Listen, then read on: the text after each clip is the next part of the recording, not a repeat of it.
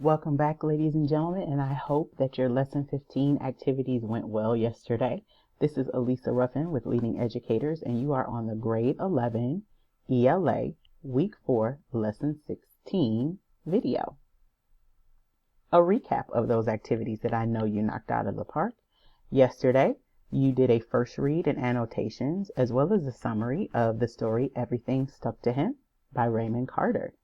Today, we are going to move on and do a close read, examining the text in a more deeper fashion. You're going to do an additional set of annotations, really think through the theme of the story, and do a really creative activity where you can come up with an image or meme. But we'll get to that a little bit later.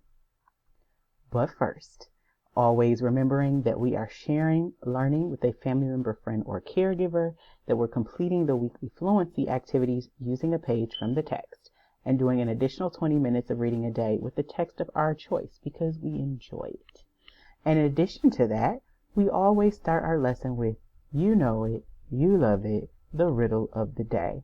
So now is that point in time where you have a little bit of extra room to gather some people around you. If this is something that you guys are doing every day, maybe you've made it into a competition, maybe you're keeping score, or maybe you just enjoy doing this yourself. Either way, it is that time, and I hope that you are prepared. Our riddle of the day. What is seen in the middle of March and April that can't be seen at the beginning or end of either month? Again, what is seen in the middle of March and April that can't be seen at the beginning or end of either month? I will give you a moment. Yes, I know we're on this calendar-themed riddle this next couple days. Pure coincidence, ladies and gentlemen. At this point, hopefully you've had some time to think through it, evaluated and analyzed the words on the screen, had some discussion, avoided Googling, because now it's time for the spoiler. The answer, the letter R. What is seen in the middle of March, M-A-R, and April, A-P-R, that can't be seen at the beginning or end of either month? Another good one, ladies and gentlemen. All right. But it's one of those riddles that only works, I think, if you have it on paper, if you really want to think through it. But something still worth sharing. So I hope that you guys are all ready to go, and that got you thinking. Who's winning if you're keeping score? On to our materials. Let's make sure we have all that we need in front of us today so we can get going.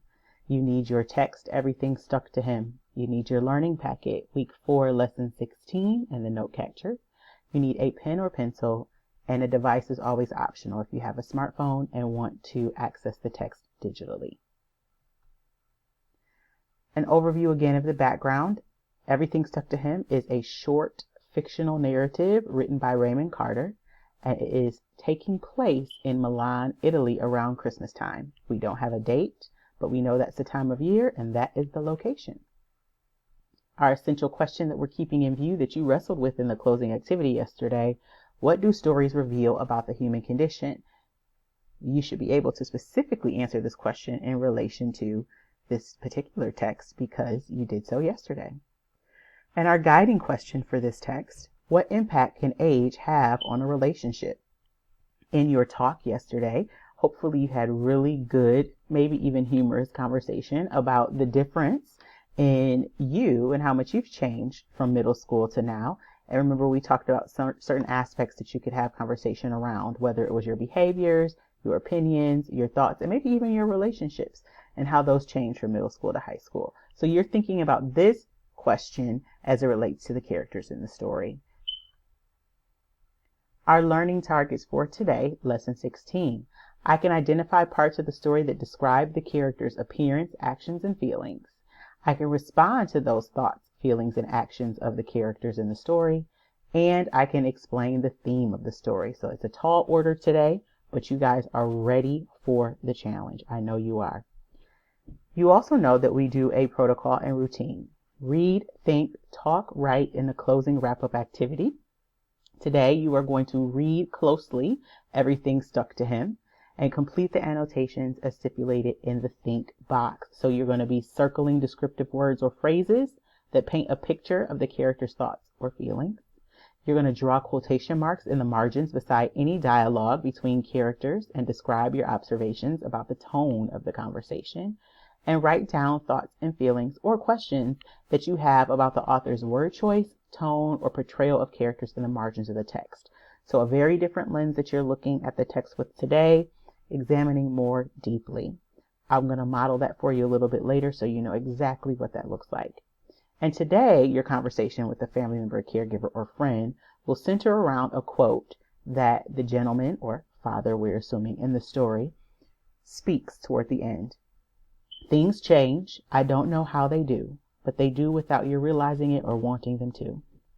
I want you to think about that quote, share it with a family member, friend, or caregiver, and provide evidence from the text to support whether or not you agree or disagree with his statement.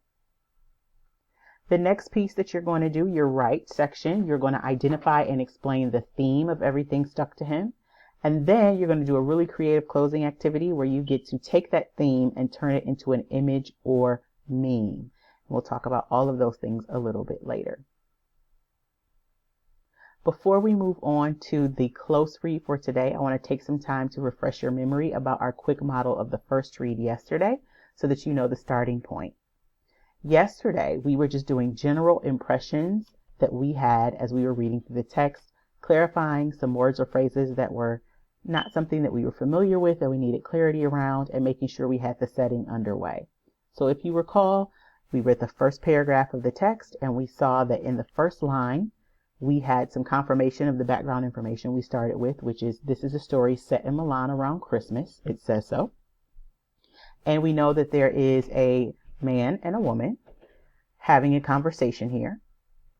We also know that she is described by the man in the text as a survivor from top to bottom. And we talked about that. That means that all the way around, she is a survivor. There is no question about it. And some of our initial impressions or questions was, what could she have survived that would make him say that? We also noticed that there weren't names being used to describe these characters or attached to these characters, whether they were names or even titles. So no one referring to other as father or daughter. And so it made an overall feeling of estrangement or distance. But further on in the text, when we see that this particular gentleman has information about this person's childhood, the woman in the story's childhood, so far back as to be able to tell a story about when she was a baby, it may give the impression that the person speaking is her father. And so your task in the first read was to continue on with those ideas in mind and see if any of the questions that came up first were answered. So hopefully you'll be able to, by now, since you wrote a summary, respond to those questions. Now that we know what we did yesterday, let's move on to our quick model of the close read today. We're going to read another portion of the text here. This particular portion of the text focused on lines 18 to 27 on page 783. And we're going to read them together and then go back using the guidelines from the Think section to do our annotations. Let's read. On this one Saturday night, after finishing his work upstairs, the boy stayed in the dentist's office and called an old hunting friend of his father's. "Carl," he said when the man picked up the receiver, "believe it or not, I'm a father." "Congratulations," Carl said. "How's the wife?" "She's fine, Carl. Everybody's fine." "That's good," Carl said. "I'm glad to hear it. But if you called about going hunting, I'll tell you something. The geese are flying to beat the band. I don't think I've ever seen so many. Got 5 today, going back in the morning, so come along if you want to." "I want to," the boy said. The boy hung up the phone and went downstairs to tell the girl. She watched while he laid out his things: hunting coat, shell bag, boots, socks, hunting cap, long underwear, pump gun. "What time will you be back?" the girl said. "Probably around noon," the boy said, "but maybe as late as 6 o'clock. Would that be too late?" "It's fine," she said. "The baby and I will get along fine." All right, so now that we've read those lines, a couple of additional observations. Let's recall what we're supposed to be annotating about.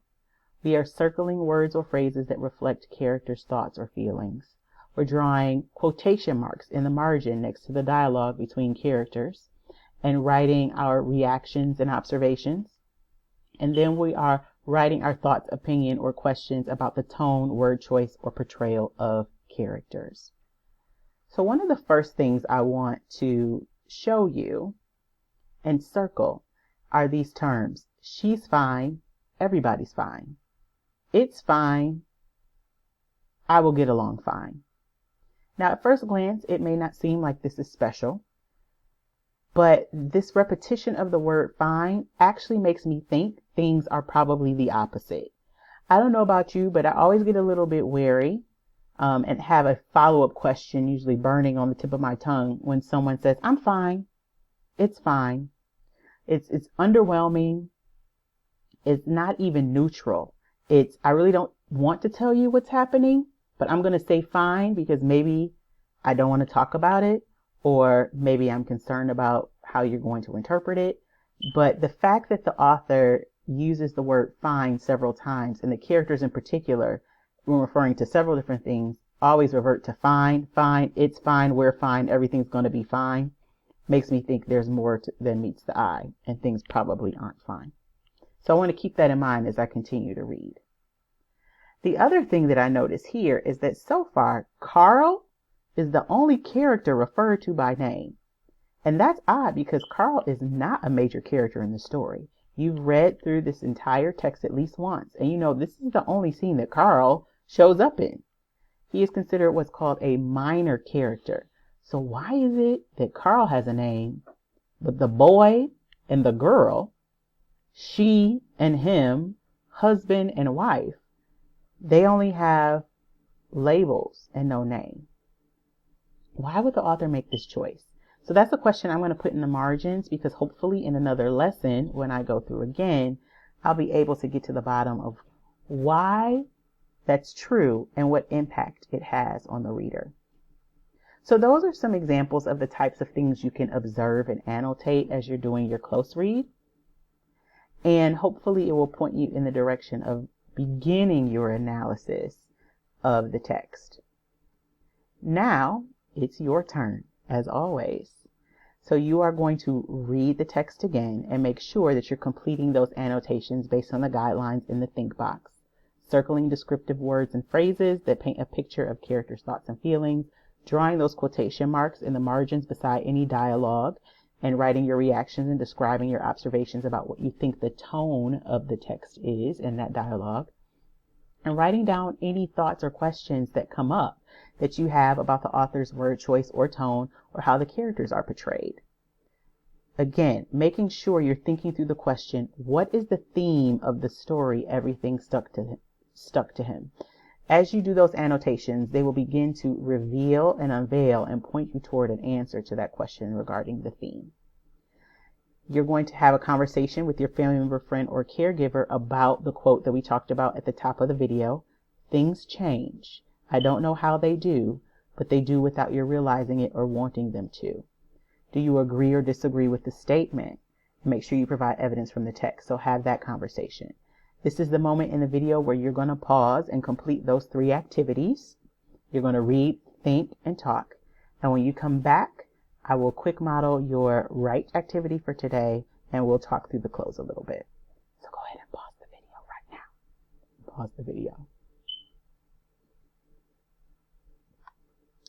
All right, ladies and gentlemen, welcome back. Now that you've completed your close read and your annotations, as well as your discussion, it's time to look at and examine our writing section for today and make sure that you're clear on what it's asking you to do. So the right section is pretty straightforward. It wants you to identify and explain the theme of everything stuck to him. Now, you already started thinking about the theme previously as you were going through your read, think, talk protocol. I already had you all thinking about it, so hopefully you're coming to this question with some preliminary ideas. Just a reminder that the theme of a text is the central message or insight into life revealed by the text. So I'm asking myself, if I'm writing in response to this prompt, what message does the plot, the interaction of the characters, etc., reveal? What is the overall impression that I get from the text as I read? What resounding message comes out? What is it pointing me to, right? So again, back to those ideas of the first read annotations and your annotations from the close read. You're writing down impressions, you're writing down some of your observations, your feelings, your questions, that could also reveal to you what is the common theme or message at every turn. Then I want you to make sure that you are thinking through a list of words that come to mind when you think about the possible message of the story. Just one word answers, right? One word answers. Brainstorm really quickly off the top of your head without hesitation. What are some words that come to mind when you think about the message of this story? That can help launch you into theme. And then once you get there, you're going to build out your response by making sure that you provide specific examples from the text to support your point of view related to theme. And that's how you should approach your write activity for today. So in addition to it being your turn to write, it's also your turn to move on to the closing activity.